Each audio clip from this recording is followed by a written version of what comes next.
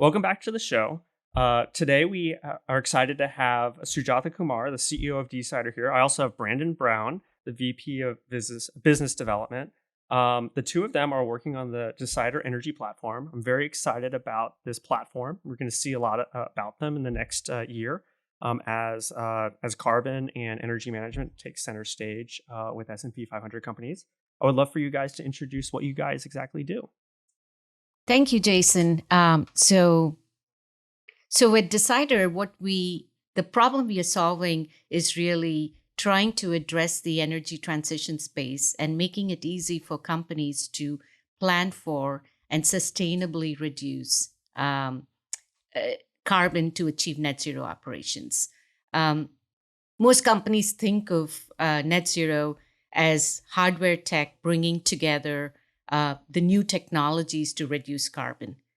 Very important. Mm-hmm. But what is just as important is digital technologies that drive value from all these hard techs and helping companies plan for, how can they economically reduce? How can they, having all the standardized metrics to be able to achieve that reduction.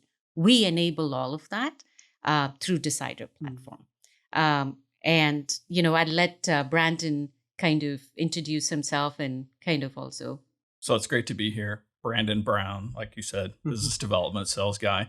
I've been selling tech to the energy space for just about 20 years. So we're very excited. We think that there is a momentum of change you see across energy right now and with low carbon transition.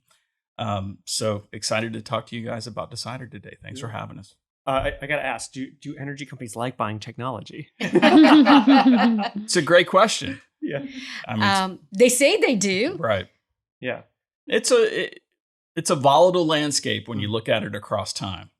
It's a necessary evil sometimes, but also it's, a big enabler. I mean, if you're talking to organizations about making sure that they have no unplanned downtime or that their productivity is as high as it needs to be, then yes, you see a lot of consumption of tech products and energy. Mm-hmm. It's funny. If you take the energy landscape, if you think about oil and gas companies, and they are the big technology users. Mm-hmm. They do exploration. They plan for everything before they even go and do, one bit of investment in exploring in any new areas. They have all the technology to do it from a, geospatial, geophysics perspective. Now that energy transition is here, they need to adopt some of those same principles into planning for the energy transition. The knowledge that they have built over many years in that space, they need to now evolve and use technology to plan for it to achieve that net zero operations. And I'm using oil and gas as a proxy. Yeah. All industries have to come together because knowledge is the most nascent. And without using technology like Dsider, they are just kind of planning or investing or operating with their hands tied to their back. Why would you? It's like trial by fire. Right? Yeah. I mean, we see a number of publications and articles about companies that have made huge investments. Mm-hmm. I mean, you can think about Suncor. I think Suncor invested in somewhere between 10 and 12 wind farms. Mm-hmm. And they did some solar as well. Well, guess what? They've completely decided to divest themselves of wind and solar and are going to focus on hydrogen because they feel like that's more of a core competency to their organization. So again, we get to this fact of everyone wants to engage in energy transition. Some simply don't know how to get started because they cannot validate an investment. And so we're here to help. We want to be able to plug into that pain and try to help these companies smooth the process of making the transition. Yeah. So I guess tell us a little bit about like a case example, a use case example of a real project or something you've seen that would describe how the tool gets used. Yeah. So let's take a use case of putting onshore or offshore wind farms in different parts of the world. So you take these, whether you are a utility or oil and gas company, those boundaries are blending right now. Oil and gas is coming into renewables, and utilities have been this space for a long time. So when they have to actually think about, okay, where am I? What does my turbine farm look like? What is my energy yield?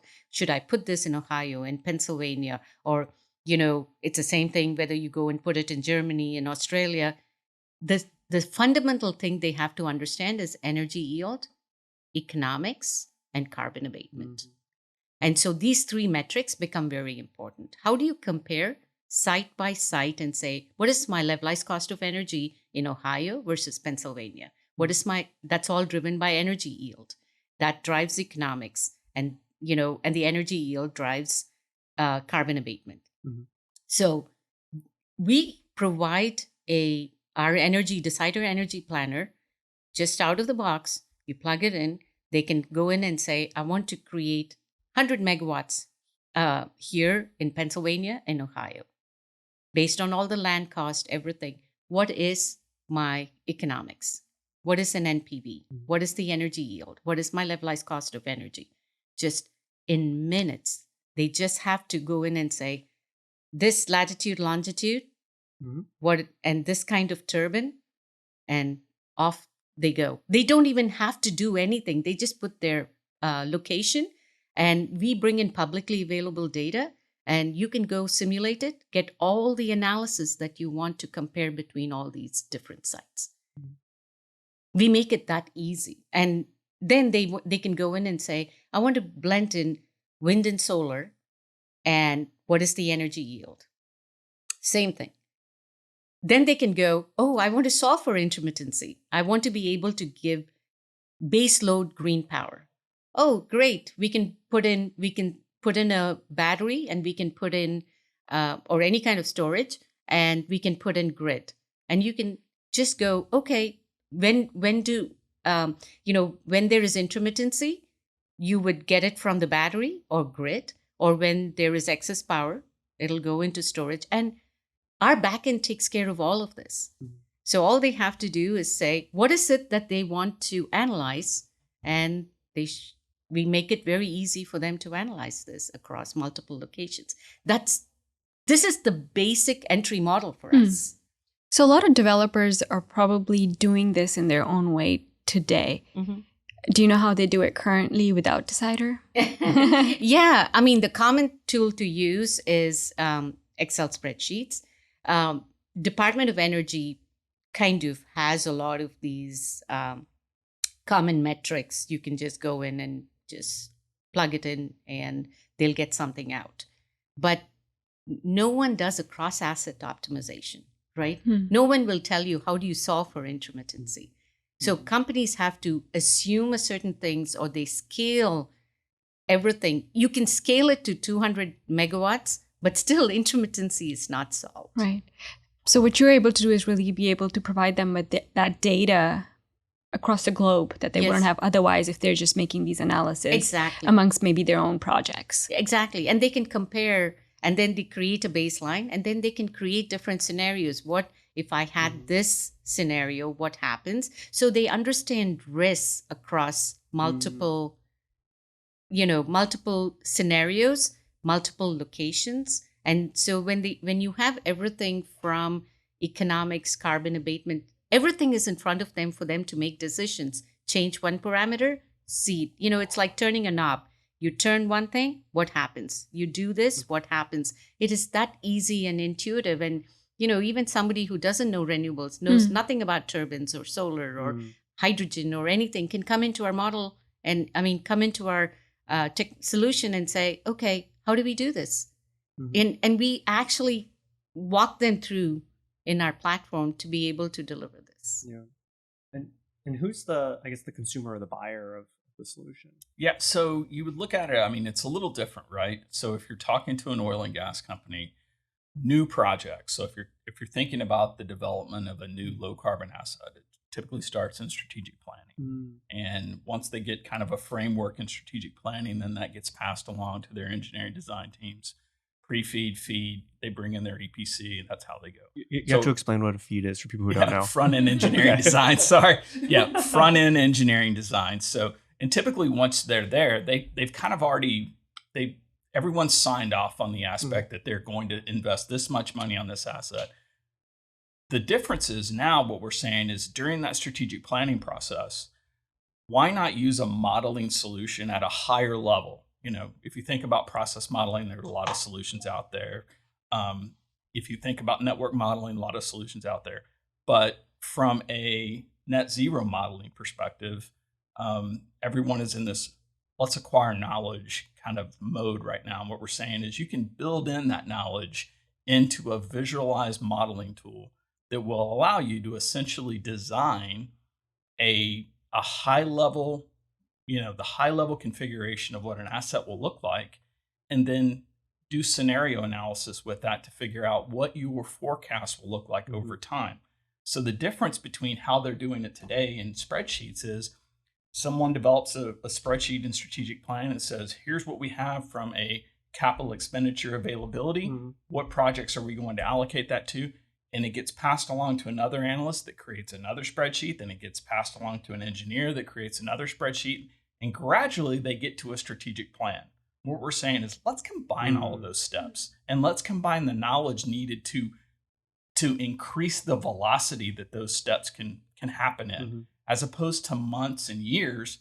People need to be able to do this in weeks. All right, for the audience here, we had a chair failure, malfunction. That was funny. That was kind of good. that was a good end point. I was like, okay, definitively, this is the solution we need. This is what we do when we want to get someone to stop talking. Jason planned that. That's what it was. So one of the key things to note there is we talk a lot about modeling, and what we have done in our platform is that's how we do the analysis ourselves. We actually model. For an end user, they can choose to model, but they don't have to. They can just go and do repetitive analysis, and they can keep simulating, and then they can optimize for the solution that they want. They really, if they don't want to even look at the model, they don't have to. That's how simple it is. But the back end of it is really models. We have, objects which are wind turbines that we connect to, electrolyzers to produce hydrogen, or we connect it to cables to bring the power to substations. That's the back end. That's what we do well. And we built it and we use it to provide the analysis. And users don't even have to see it if they don't have to. So other than oil and gas companies, then who else could be utilities? The biggest market that we are seeing right now is real estate. Because if you take New York and California, there is a lot of pressure to, achieve green buildings. And there's a lot of, this carrot and stick for that in those states. And so we are seeing a lot of pull from that. So the nice thing is the same model that we are using for energy mix for gas operations or oil and gas, production. It's the same model we'll use for building, except it'll be the demand from buildings. And then you do the energy mix. Do you want to put rooftop solar, rooftop turbines? What is that baseload clean power? If I have to expand my demand, how am I going to make it more green? And do I need to pull off the grid? Right. So we're also seeing, I think traditionally what we've kind of seen is, yes, oil and gas companies, both upstream and downstream, as she mentioned, power generation or utilities, grid operators, what have you. We also see the real estate. And then the last category that we're kind of seeing some movement in is tech and startups themselves. Hey, there's a hard tech company that's building a new reactor, and they need to model how that reactor will perform in different environments and under different power mixes.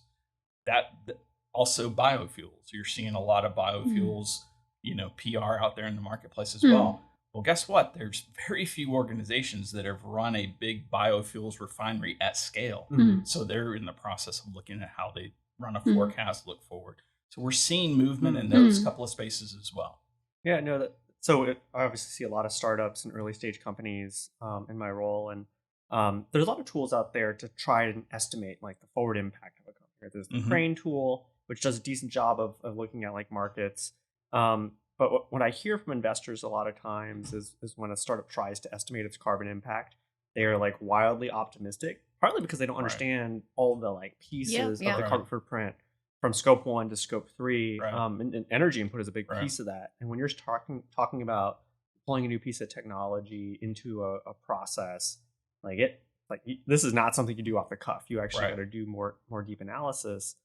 When you're an early stage company, you don't have the resources to actually go in and become an expert. And so I can see how this supports both sides, right? It's the technology developer who's trying to bring something to market and really sell on the carbon benefit. But then those early stage investors, be it grant providers through, the early pilot customers, they also need to be able to sell up and say, this is where this is going to go. Absolutely. And, for the technology companies he's talking about, it's all scope 2 emissions, right? What kind of energy are they going to bring in?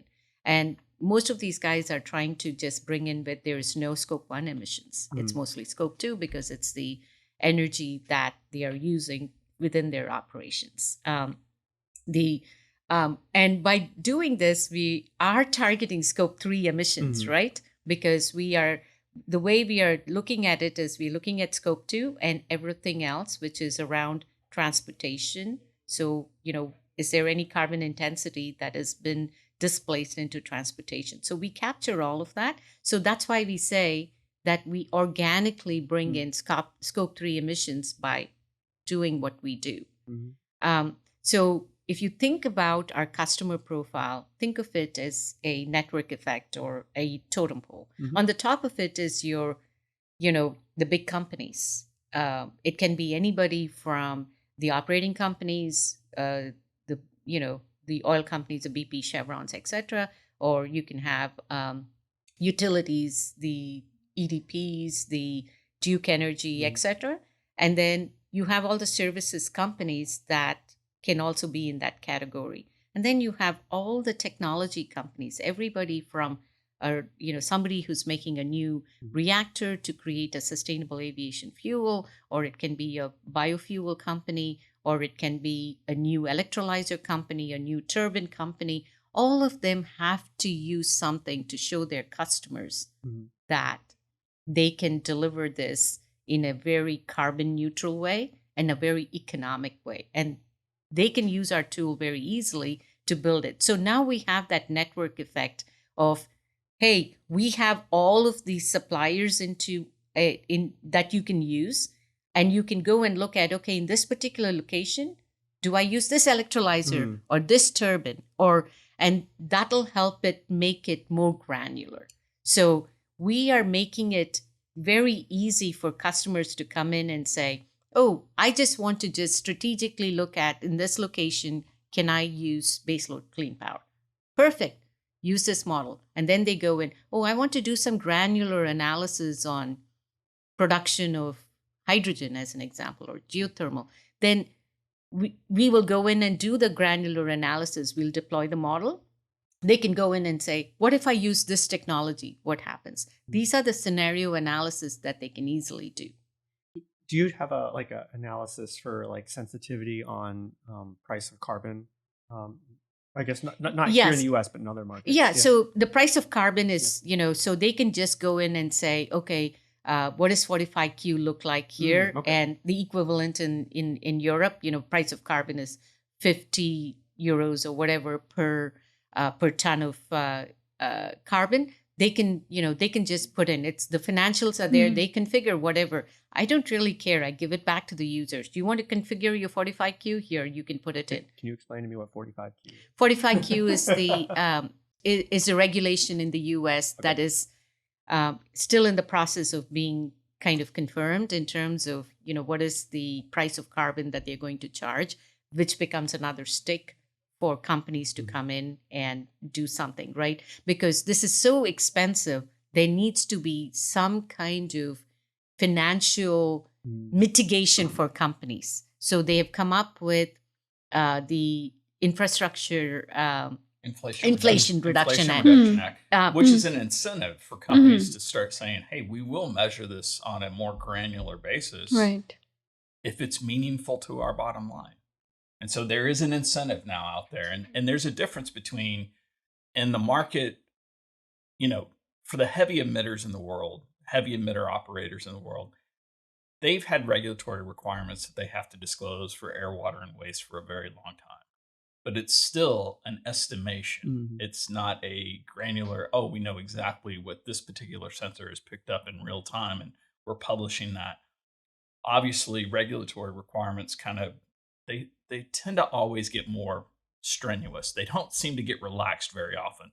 So with an incentive and with more and more regulation, now I think is the time that we'll see companies start to say, we need to think about this because it does have a bottom line impact now.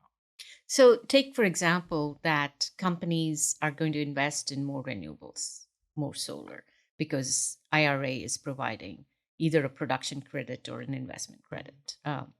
It can vastly impact their cash flows, right? So suddenly it becomes profitable for them to go and do this, right? Whether you are a real estate company, you're a industrial company, it suddenly just,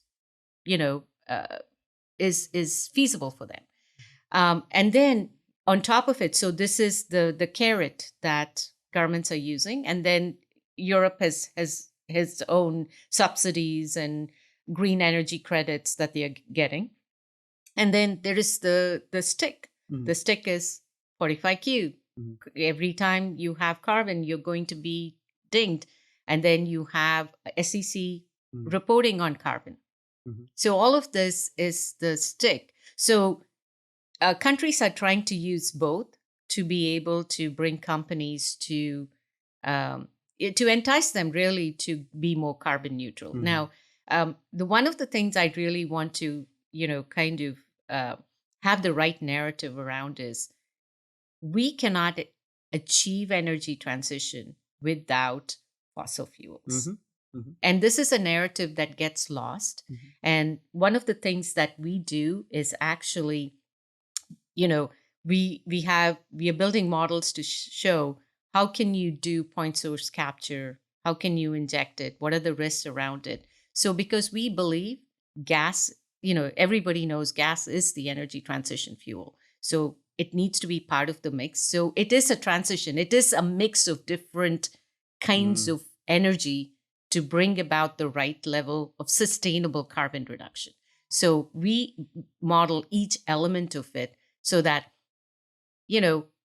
it's what fits for every company, what fits for every end user. So how do they bring this mix together to get that carbon abatement, that baseload green power?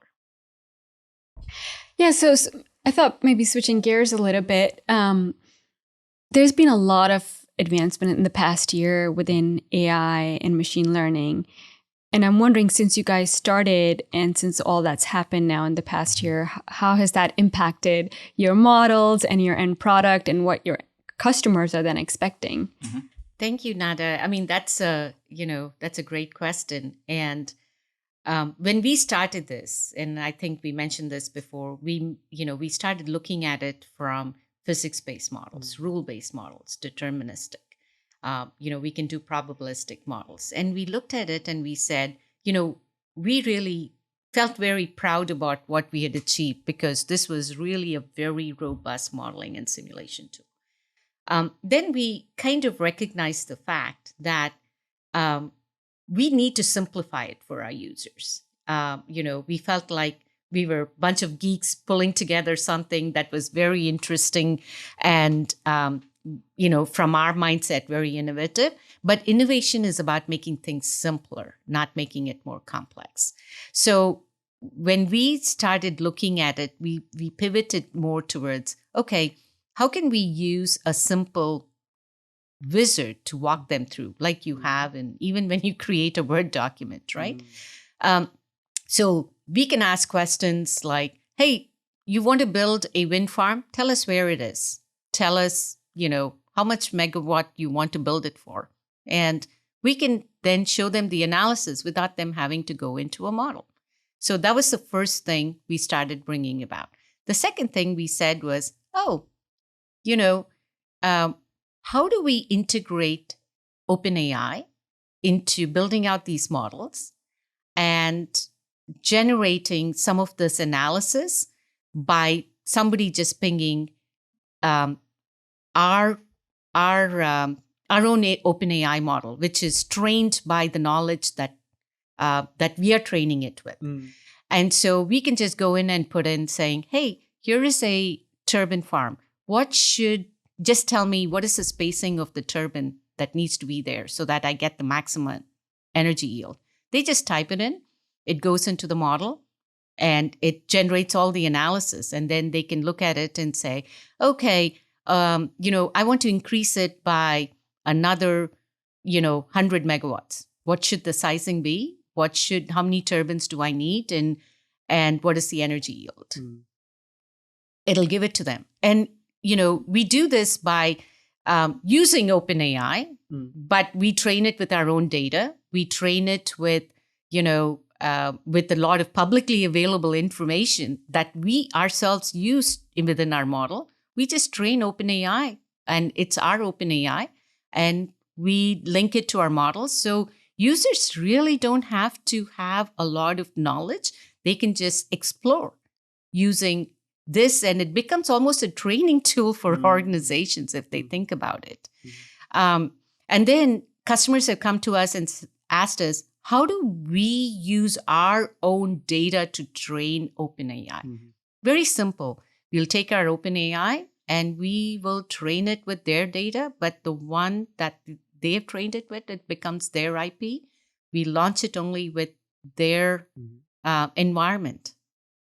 And so that combines our knowledge and their kind of knowledge. And so they can have their own proprietary interface to how they can run their analysis. Right. And I think that's kind of the evolution that we're seeing also in the general industrial marketplace, is that newer and newer engineers come to a job and expect things to be as simple as an iPhone application. Absolutely, yeah. They want this to be prompt-driven, wizard-based, even though you probably don't refer to your iPhone apps as wizard-based. When you set them up, they all basically are. And so it's the idea is that if you think about it from our perspective, it is we have an object library. That object library is made up of hundreds of different objects. One, they can be solar objects, and it's different solar panel configurations for, highly intense industrial operations, or solar for, residential housing. Same thing, wind turbines. I mean, there are a vast array of wind turbines and how many megawatts they produce. So we have objects for those. We have objects for electrolyzer, for producing hydrogen. And the idea is that you don't need to have the expertise in electrolyzers. You don't need to have the expertise in PV cells at, such and such megawatts. It's like that intelligence is built in.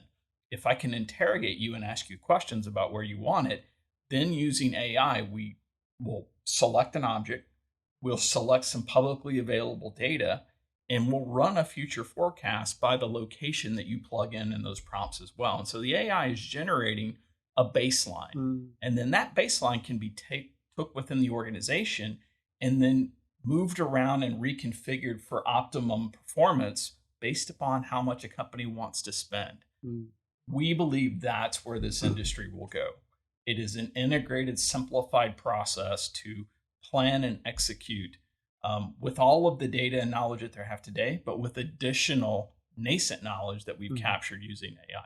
It's funny. You're reminding me, like in many ways, that the revolution in AI is that you're going to replace really expensive consultants. A lot of times, you have someone who's kind of a project manager or consultant goes around and does that. It says, I have a process for taking in information. I'm going to feed it to the egghead in the back to do the Excel model. Right. But I need to ask and kind of probe. Yeah. And you can set up this wizard essentially now. That's a good way to think about a wizard, to say, ask the questions in a procedural way, but I got to understand the English that comes back. And we're going to translate that into the inputs for this model, so you don't have to see the model. And so for those baseline scenarios, absolutely. A lot of interpretation.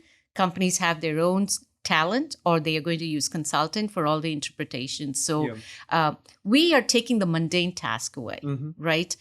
We are trying to accelerate that, bring knowledge together, accelerate it, and provide those metrics. And then it's left for interpretation and strategizing around how to do it.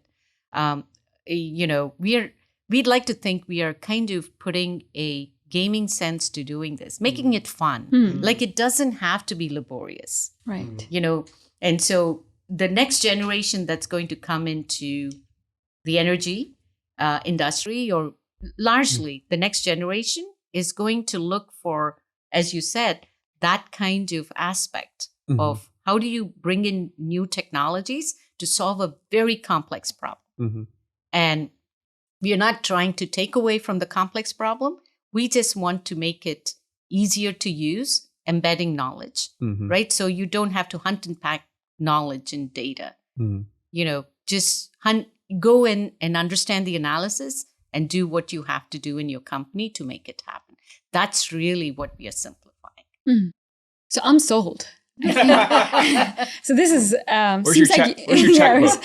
So it seems like you've thought through all the different scenarios here, incorporated all the latest technology, and you've been now going on and talking to a lot of customers. So I'm wondering, what do you perceive to be your biggest threat now, or your biggest barrier in terms of onboarding these customers, getting them on board and having them test your product so you can optimize it and really become that unicorn that you so desire to be? Of course, don't we all?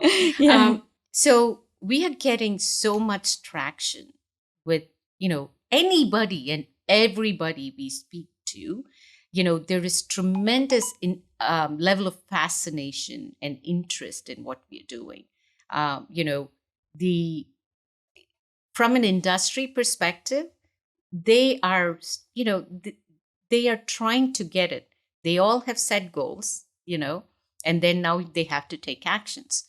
And, so they are getting there. We see a lot of traction in different levels of companies. There are the large corporations that still feel they can do it themselves, but they see the value in kind of working with us, but it's taking a longer time because there are barriers to entry into those organizations. We see all the mid-tier companies that are very interested in working with us. The technology companies love us. So, we think we need to have a mix of different customers to actually make this happen. We are also making it very interesting to say, we are going to give a very low threshold in terms of entry from a pricing point of view. So if you want to just do a quick analysis, it's, really in the tens of thousands, like here, take it. Are you thinking like software as a service model? Yes. Yeah. Oh, absolutely. It's a software as a service model. Use it and, use it for a few scenarios, and then come back to us if you need more value. So trying to make adoption very simple.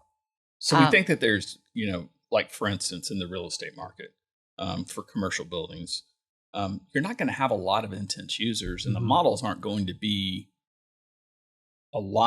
there's not going to be a lot of differentiating complexity between models. They're going to be fairly stable with regards to how you look at them.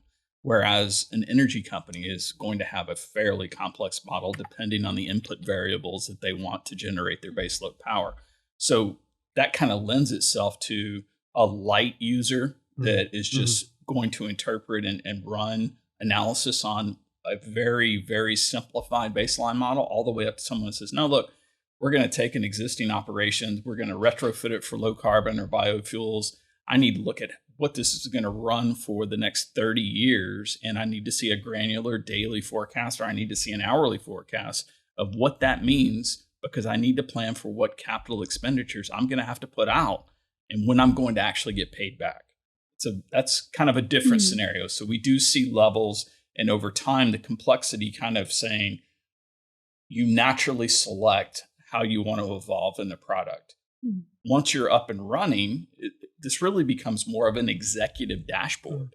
And it is, you've got dashboards now in the executive suite within most of these sectors that say, how am I performing against X? Typically, it's the market price, and then it is your operating cash flows, and then it might be your long-term plan with how your assets are aging. What we're saying now is, hey, guess what? In the future, you're going to want to measure that against your carbon performance, whatever that is, we're headed there. We don't really know exactly what it's going to be, but it is going to be a KPI that everyone becomes interested in. They're going to be forced to be interested in it if they're not. And now they're going to, well, how am I performing regarding carbon abatement? How have I lowered carbon with this asset? What is that new operation doing for me? A dashboard to answer all those questions in a real-time basis or a near real-time basis over time is where we see ourselves filling in for post new project or, post operation kickoff. So, baseline models, very simple, low price. Anybody can buy it. And then there's levels of complexity that you can go into. And the final complexity is if you want to build your own models, buy a platform. We can do it too. Yeah. So, we are trying to take a very, based on where the industry is, where we are, globally, some countries getting into it much more than others. But, we need to provide the low-hanging fruit. Come in, use it.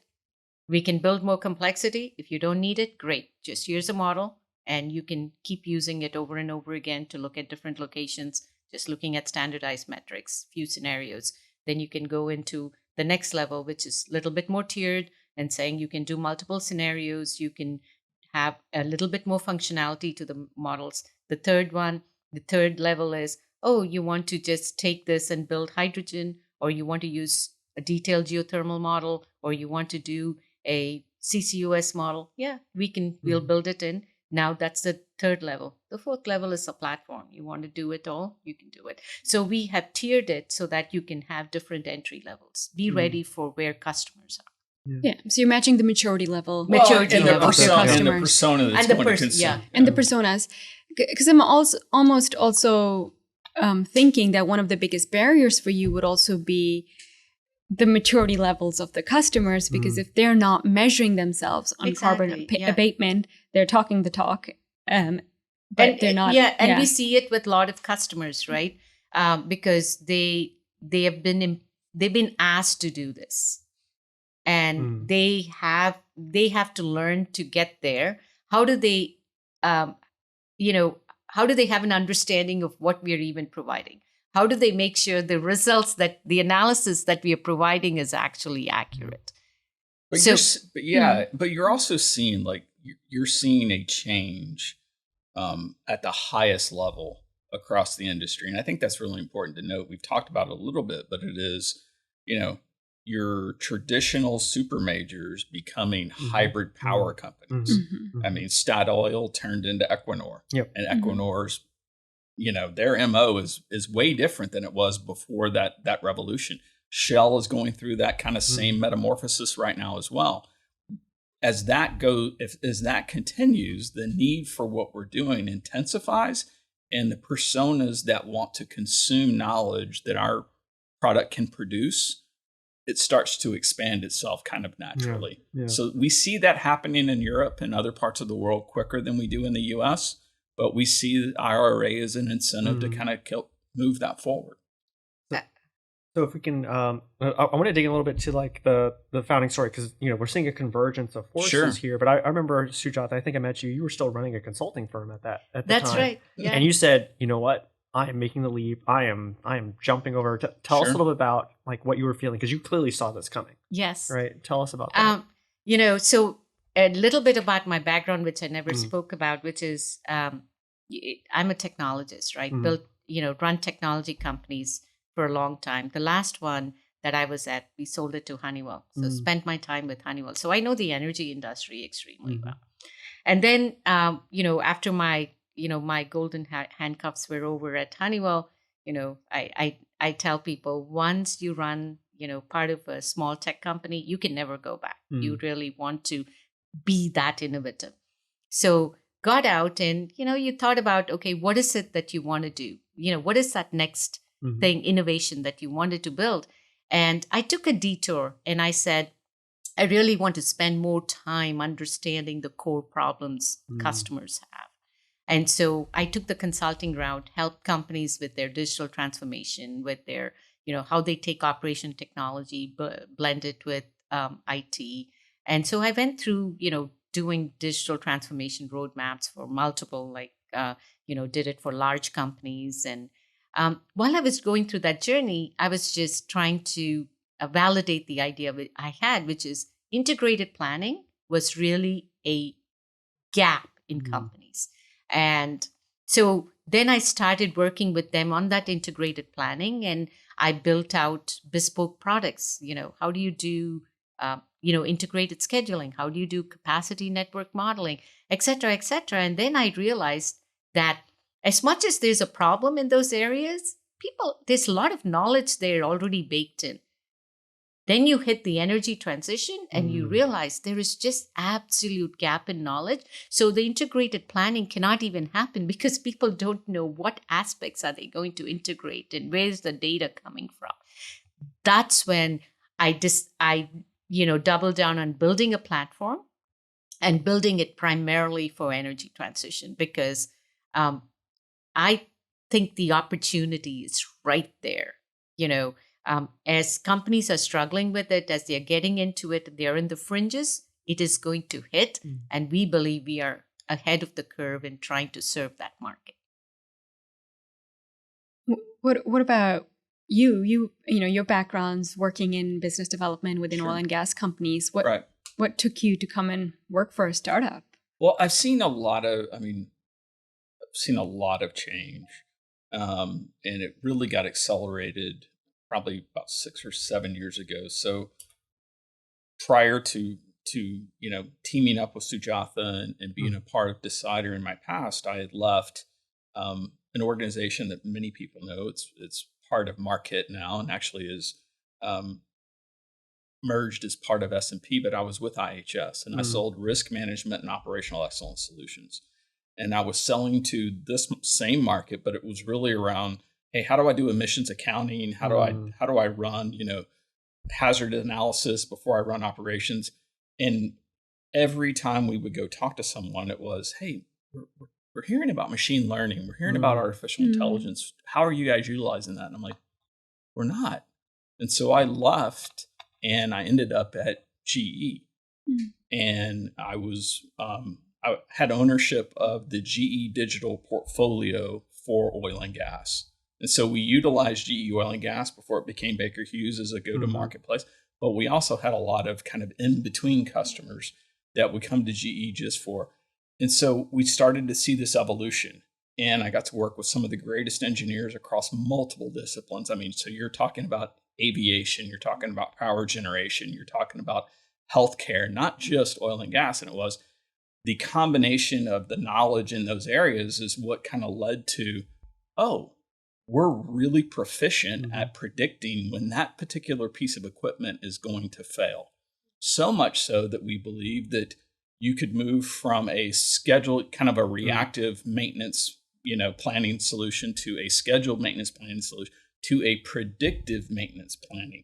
And I kind of see that as the precursor for what I've learned is saying these industries all seem to be moving to, there almost is a predictions unit or a predictions department within industrial companies over time.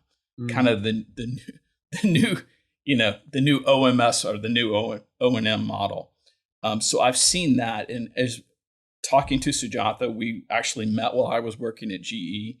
We've always stayed in touch. We both live in the same part of town. And she started talking, hey, this is what I'm doing. I'm like, okay. I wasn't looking at it from the same point of view because my view has been business development and sales of complex solutions.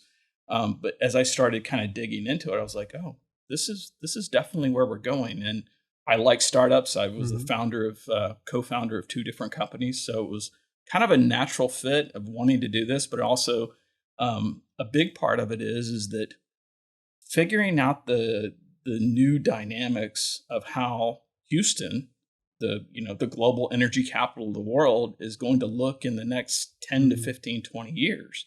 And what can you sell to that industry as opposed to what currently just exists today? Yeah. So how is Dsider funded today? Fully bootstrapped. Okay. My life savings going into my passion. Have you been out trying to raise capital from VCs? So initially I did. And, if you look at the funding community, a lot of money goes into hard tech, right? there are software companies being funded, not as much as hardware companies. And so, there was a lot of interest and traction. And then the market collapsed. And, they wanted more traction. They wanted to see, more pilot revenue.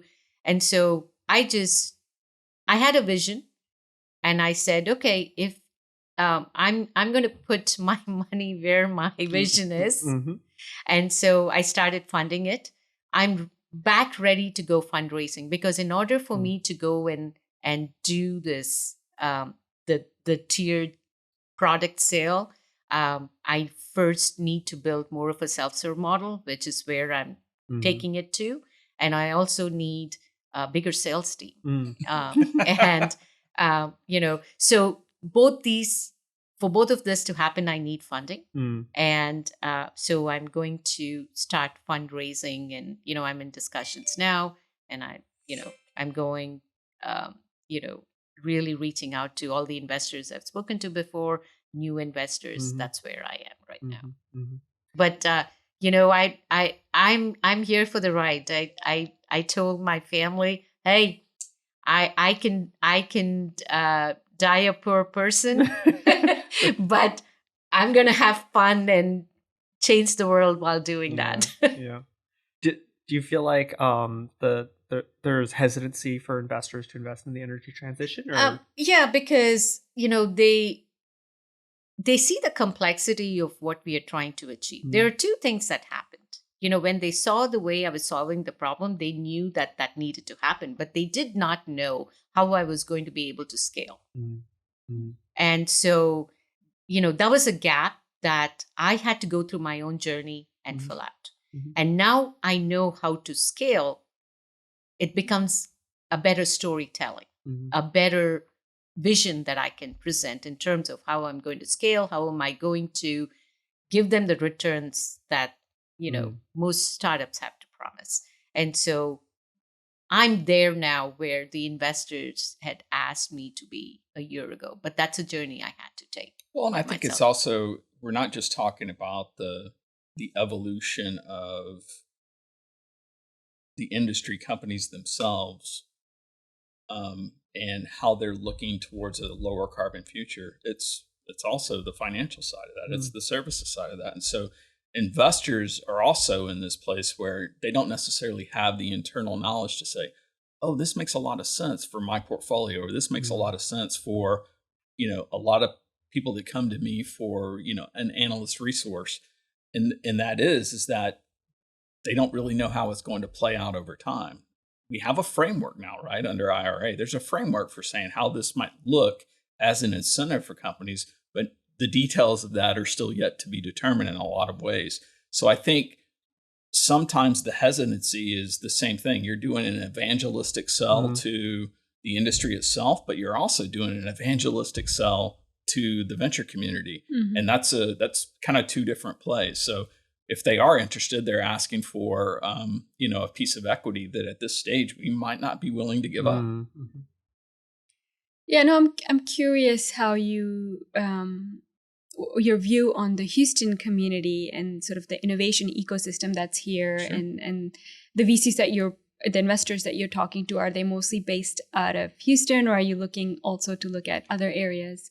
I learned very early in my life, in my journey, that you don't talk to Houston investors. Why is that? They are very knowledgeable about oil and gas, so they are ready to invest easily because they know the money they do. They know what they're going to get out of it. They've learned through their journey. They have built their own AI around it. But when it comes to technologies outside of that, they have a hard time connecting the dots, especially, and they're very, they are more likely to look at hard technologies and say, because that's something they're used to. But they're not very used to software technology solving a complex problem. So it has been, I speak to a lot of Houston angels. I speak to a lot of Houston investors, and it's not lack of trying, and it is what it is. Houston as a community has to evolve. We've seen rapid changes since I even started. Yeah, and there's a difference between corporate investing, corporate venture arms versus the private venture capital or private equity, and that is that if you talk to a corporate venture arm right now, most of them, the big guys, all have a low carbon team or a hydrogen team or a biofuels team. And so the very first thing that how do you fit into that mold, that box? And we fit across it. And when we say that we can straddle across all these different disciplines, they don't understand how that's possible yet. So it becomes an evangelistic sell. Private, it is, I don't have internal expertise to evaluate where this is going. So there's a difference. They don't have a thesis around it, right? So the institutional investors don't have a lot of thesis around it. While if you had a traditional technology going for oil and gas or others, they have a thesis. They know, this is a pain point. They haven't figured out the pain point of energy transition yet. Yeah. So they have to take my word for it. And the corporate investors, the corporate technology ventures, they understand kind of the overall problem. But a lot of CTVs come to me and say, we'd love to invest in you for your Series A because you're risk averse. And I go, well, I have to get through C to come to Series A. So, it's all of these challenges that every founder goes through. Yeah. It's not a unique Dsider challenge or a me challenge. It's it's a perfect storm now. Yeah. I'm focused on energy transition when the market is down. Right. And people are risk averse and they want more traction. Well, the companies are coming and saying, I need to understand what I'm doing. So how am I going to kind of leverage you? So this is what the industry is grappling with. So could I have taken an easy path and gone into a well-known industry and solved similar challenges? I could have. But, being part of being an experienced founder is you want to go after a passion. You want to change the world. You want to kind of leave a legacy behind. And so you take the hard challenges that you want to solve for, and you come up with some of these, barriers. But that's part of a founder's journey to kind of keep solving for each impediment that you come across so that you can actually change the world. Yep.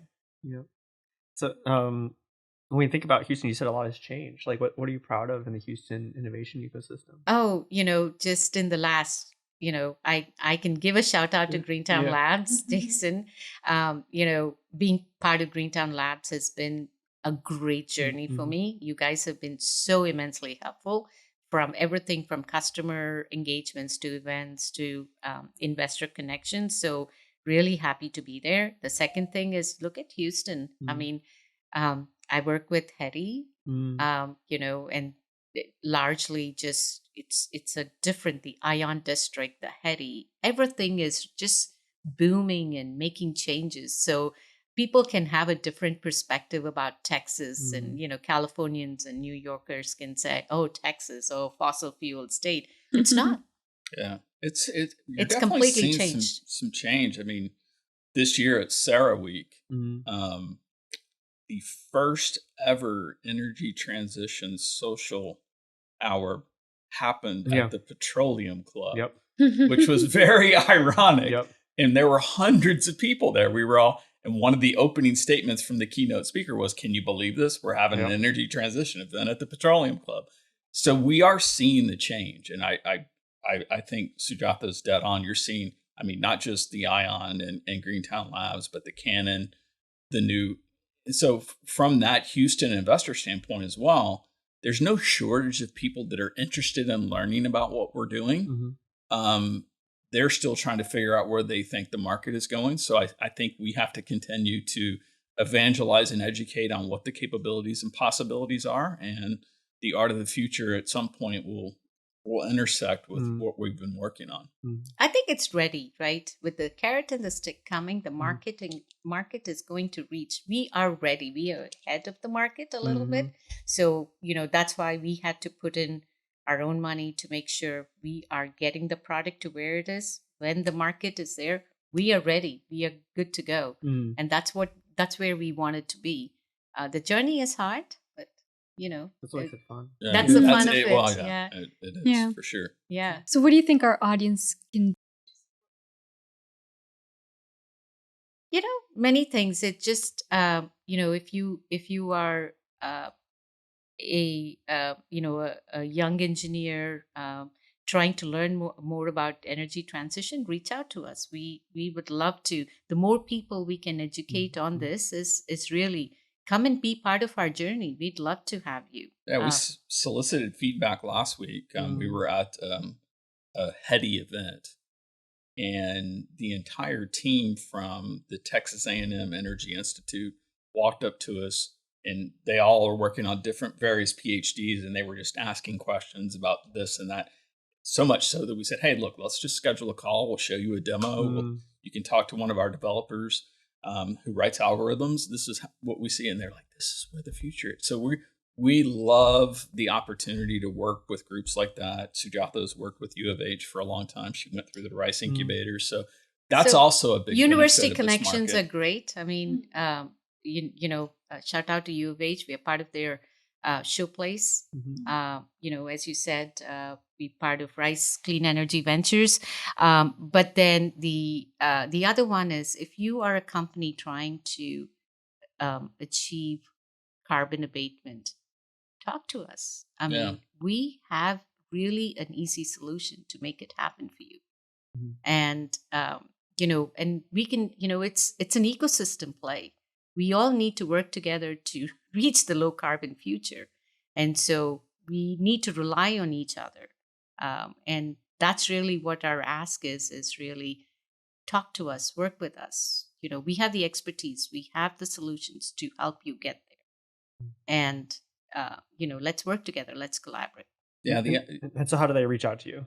Well, I mean, first and foremost, Dsider.app, DSIDER.app. I mean, that is our URL. You can find Sujatha and myself on LinkedIn. We're obviously there as well, and it's very simple. You know our names, you know our email. Okay. She's Sujatha at Dsider. I'm Brandon at Dsider. It's not hard to find us. And if you can't remember any of that, contact us. As Dsider also gets to us. Yeah, got it. Yeah, I'll put the contact info in the show notes for sure. Yeah. Do you have any last thoughts? I think So I've had the opportunity to work with some fabulous people, and obviously Sujatha is one of those people, and her passion for this and her knowledge. And we look at this, and I've combined that, and kind of one of the things that really clicked for me, which I think is kind of part of our continuing existence. So if you say, what's our evolutionary thesis for Dsider, I go back to some words. So there's a very good energy economist that I worked with at GE, Michael Farina, shout out to him. And he would constantly say when we go into meetings, the world is long on oil and gas. We have proven reserves in both categories.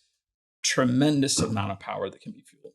Yet, as a population, we continuously become short on power. And we are now trying to solve for that in a different way than we've ever solved for it before.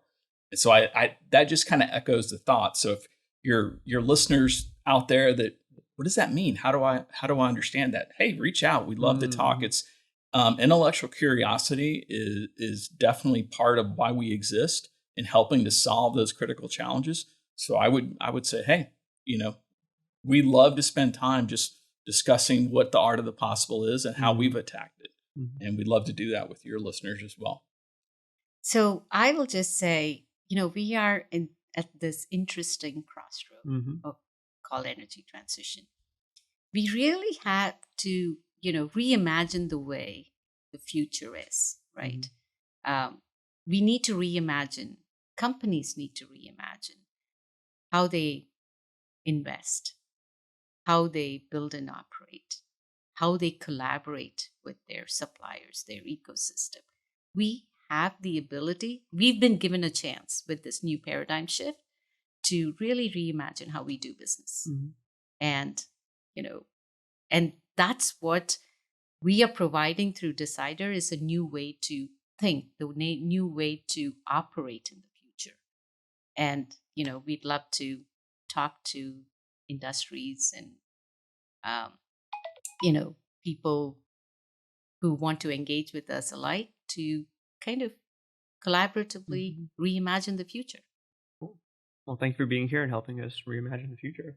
Thank you, Jason. Thanks for listening. We appreciate it. Yeah. Thanks for having us, and look forward to collaborating and changing the world. All right. Thank you. Thanks.